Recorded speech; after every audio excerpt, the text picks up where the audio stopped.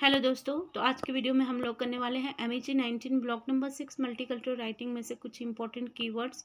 तो फ्रेंड्स, जब भी हमें कोई चैप्टर को स्टार्ट करना है या फिर यूनिट को स्टार्ट करना है तो सबसे पहले हम लोगों ने देखना है कि उसमें कौन सी इंपॉर्टेंट टर्म्स हैं और उन टर्म्स का जो मीनिंग है वो अच्छे से क्लियर कर लेना है। इससे क्या होता है कि आपको पूरा जो यूनिट है उसको समझने में बहुत ईजी हो जाता है।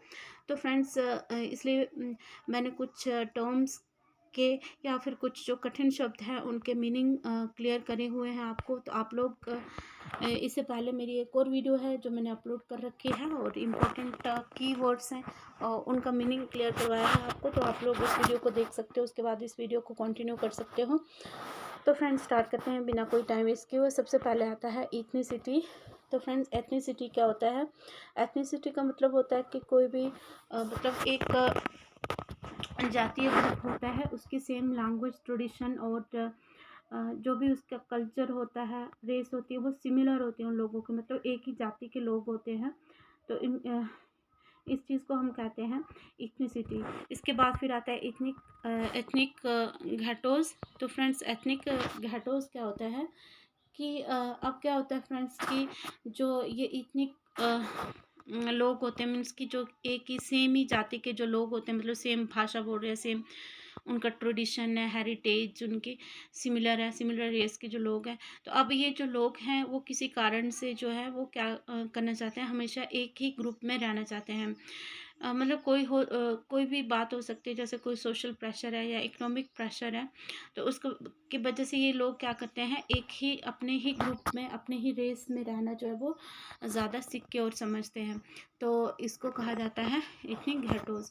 इथनिक घैटोज का मतलब कि जो लोग हैं, अब किसी भी सिमिलर रेस के जो लोग हैं वो एक ही कम्युनिटी में रहना पसंद करेंगे या फिर एक ही ग्रुप में, और इससे उनको जो है एक मतलब कंफर्टेबल माहौल उनको लगता है कि हम अपने ही अगर ग्रुप में हैं तो हम ज़्यादा कंफर्टेबल हैं और ज़्यादा अच्छे से जो है वो हम लोग क्या हैं, सुरक्षित हैं, सिक्योर हैं। तो उस वजह से इसके बाद फिर आता है नॉन एंग्लो ऑथर्स। तो फ्रेंड्स, नॉन एंग्लो ऑथर्स कौन होते हैं? जो लोग इंग्लिश की बैकग्राउंड से नहीं होते हैं, इंग्लिश के अलावा किसी और लैंग्वेज में लिख रहे होते हैं, तो ऐसे जो लोग होते हैं, ऐसे जो ऑथर्स होते हैं उनको कहा जाता है नॉन एंग्लो ऑथर्स। इसके बाद हम बात करते हैं क्रियोलाइज्ड। तो फ्रेंड्स, बहुत ही इंटरेस्टिंग टर्म है और आपके ये जो मल्टी कल्चरल जो आपकी राइटिंग्स है इसमें इसका यूज़ करा गया है फ्रेंड्स। तो क्रियोलाइज्ड का मतलब होता है ब्लेंडिंग ऑफ डिफरेंट कल्चर और लैंग्वेज इनटू मिक्स्ड फॉर्म। तो क्या होता है कि हम क्या करते हैं, एक दो कल्चर को या दो से ज़्यादा कल्चर को आपस में मिक्स करके कोई एक नया कल्चर बना लेते हैं, या फिर कोई एक दो लैंग्वेज को या दो चार लैंग्वेज को मिक्स करके एक नई फॉर्म बना लेते हैं। तो इसको बोला जाता है क्रियोलाइज्ड। अगर मैं आपको फूड की मतलब फूड की जो चीज़ें हैं, मतलब खाने पीने की चीज़ें, उसमें से अगर मैं आपको एग्जांपल दूँ, जैसे कि हम चाइनीज़ और इंडियन को कुछ मिक्स करके ऐसी आइटम्स बना लेते हैं, फूड आइटम्स बना लेते हैं। तो मतलब वो कुछ जो चाइनीज़ स्टाइल है, कुछ इंडियन स्टाइल है, तो इससे एक जो मिक्स होकर जो फूड आइटम निकल कर आए तो वो है क्रियोलाइज्ड। तो इसी तरह से जो लैंग्वेजेस होती हैं उनको मिक्स करके लिटरेचर लिखा जाता है, जिसको हम कह सकते हैं क्रियोलाइज्ड। इसके बाद आता है ओबिचुरिस्ट। तो फ्रेंड्स, ओबिचुरिस्ट कौन लोग होते हैं?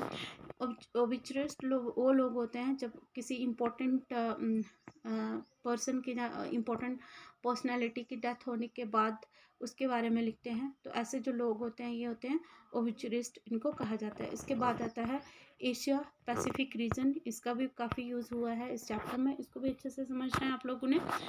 और ये कौन से रीजन होते हैं? जो east Asia, south east Asia और पैसिफिक आइलैंड के जो रीजन है इनको कहा जाता है एशिया पैसिफिक रीजन। डाइवर्सिटी क्या होता है? The presence of different kinds of people such as those of different races, culture और बैकग्राउंड। तो अलग अलग रेसेस के, अलग अलग कल्चर बैकग्राउंड से जो लोग एक साथ मिलकर रह रहे होते हैं किसी भी कंट्री में, जैसे कि हमारा जो देश है वो डाइवर्स है, यहाँ पे अलग अलग रेसिस के, अलग अलग कल्चर के, अलग लैंग्वेज बोलने वाले जो लोग, अलग अलग ड्रेसेस पहनने वाले लोग जो है वो हमारे देश में रहते हैं। तो ये हो गया डाइवर्सिटी। मतलब यहाँ पे क्या होता है, वैराइटीज़ होती है, चाहे लैंग्वेज की बात करें, ड्रेसिंग की बात करें, फूड की बात करें, तो हर चीज़ में हमें यहाँ पे क्या मिलती है, वैराइटीज़। एम्बिवेलेंस, मिक्स्ड फीलिंग और कॉन्ट्रडिक्टरी एटीट्यूड अबाउट समथिंग और समवन। हम क्या रखते हैं, किसी चीज़ के बारे में क्या चीज़ें रखते हैं, मिक्स फीलिंग रखते हैं। तो उस किसी चीज़ के बारे में या किसी पर्सन के बारे में, तो ये जो टर्म होती है इसको हम बोलते हैं एम्बिवेलेंस। एक्सपेट्रिएट, तो ये क्या होता है कि people who live outside there native country, जो लोग अपने देश से बाहर रहते हैं तो उनको कहा जाता है एक्सपेट्रिएट। इसके बाद फिर कल्चरल एनकाउंटर। कल्चरल एनकाउंटर क्या होता है कि जब एक दो चार कल्चर जो है वो एक साथ मिलकर जो है वो रहने लगते हैं, तो मतलब एक कंट्री में जो बहुत सारे जो कल्चर होते हैं वो एग्जिस्ट कर रहे होते हैं, तो इसको हम बोलते हैं कल्चरल एनकाउंटर।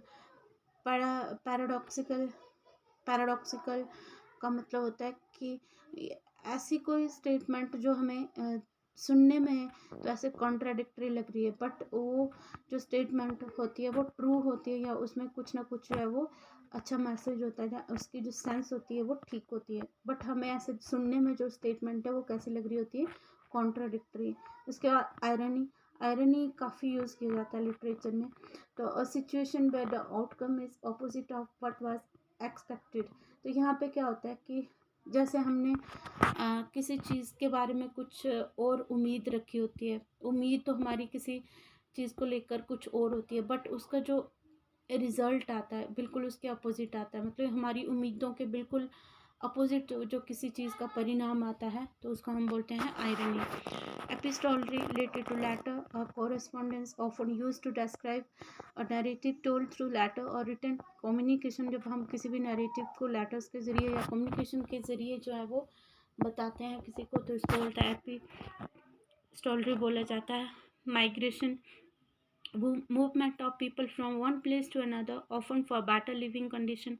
माइग्रेशन क्या होता है फ्रेंड्स, जब लोग एक जगह से दूसरी जगह जाते हैं, मूव करते हैं, जैसे एक देश से दूसरे देश में, और वो क्यों जाते हैं, कई कारणों से जाते हैं, जैसे एजुकेशन के लिए, जॉब सर्च के लिए जाते हैं वहाँ पे, अपनी ट्रीटमेंट के लिए, मतलब अगर वो बीमार है तो अपने इलाज के लिए जाएंगे, अपने रिलेटिव्स के साथ रहने के लिए जाएंगे। जहाँ पे कोई भी ऐसे नेचुरल कैलेमिटी आ गई है उसकी वजह से या वार्स की वजह से जो लोग हैं वो एक जगह से दूसरी जगह मूव कर जाते हैं, तो इसे बोला जाता है माइग्रेशन। अब यहाँ पे है इमिग्रेशन। इमिग्रेशन का क्या मतलब है friends, process of entering and settling in a country that is not one's own. जब हम क्या करते हैं कि इमिग्रेशन क्या होता है कि जब जैसे मान लो कि हमारे देश में अगर बाहर के लोग आ गए यहाँ पे रहने के लिए, ना हम लोग किसी दूसरे देश में चले गए, तो उस देश के लिए हम लोग जो है वो इमिग्रेंट्स होते हैं, उसी देश में जा रहे हैं जिस देश में। फिर एमिग्रेशन, एमिग्रेशन क्या होता है कि जब हम अपनी कंट्री को छोड़ के किसी दूसरी कंट्री में जाते हैं, क्यों जाते हैं, मतलब इन सभी चीज़ों में एक ही कारण है कि हम, मतलब कई कारण है कि हम माइग्रेट होके क्यों कहीं जा रहे हैं, चाहे कोई हमारे देश में आ रहा है, जहाँ हम अपने देश से बाहर जा रहे हैं तो क्यों जा रहे हैं, तो वही कारण है, कई कारण है। एजुकेशन के लिए, अपने रिलेटिव्स के साथ रहने के लिए, कोई नेचुरल डिज़ास्टर हो गया उसकी वजह से, या फिर वार्स की वजह से, अच्छी जॉब अपॉर्चुनिटीज़ के लिए जो है वो हम क्या करते हैं, अ, अपने देश को छोड़ के बाहर जाते हैं ना, और या फिर दूसरे देश के लोग हमारे देश में आएंगे किसी न किसी कारण से माइग्रेट होने के लिए। तो आई होप फ्रेंड्स आपको ये टर्म्स अच्छे से अंडरस्टैंड हुई होंगी, तो आप लोग बिल्कुल जो है ना चैप्टर स्टार्ट करने से पहले इन टर्म्स को ज़रूर देखिएगा, और आप लोग अपना ध्यान रखिए, खूब से पढ़ाई कीजिए। Bye bye.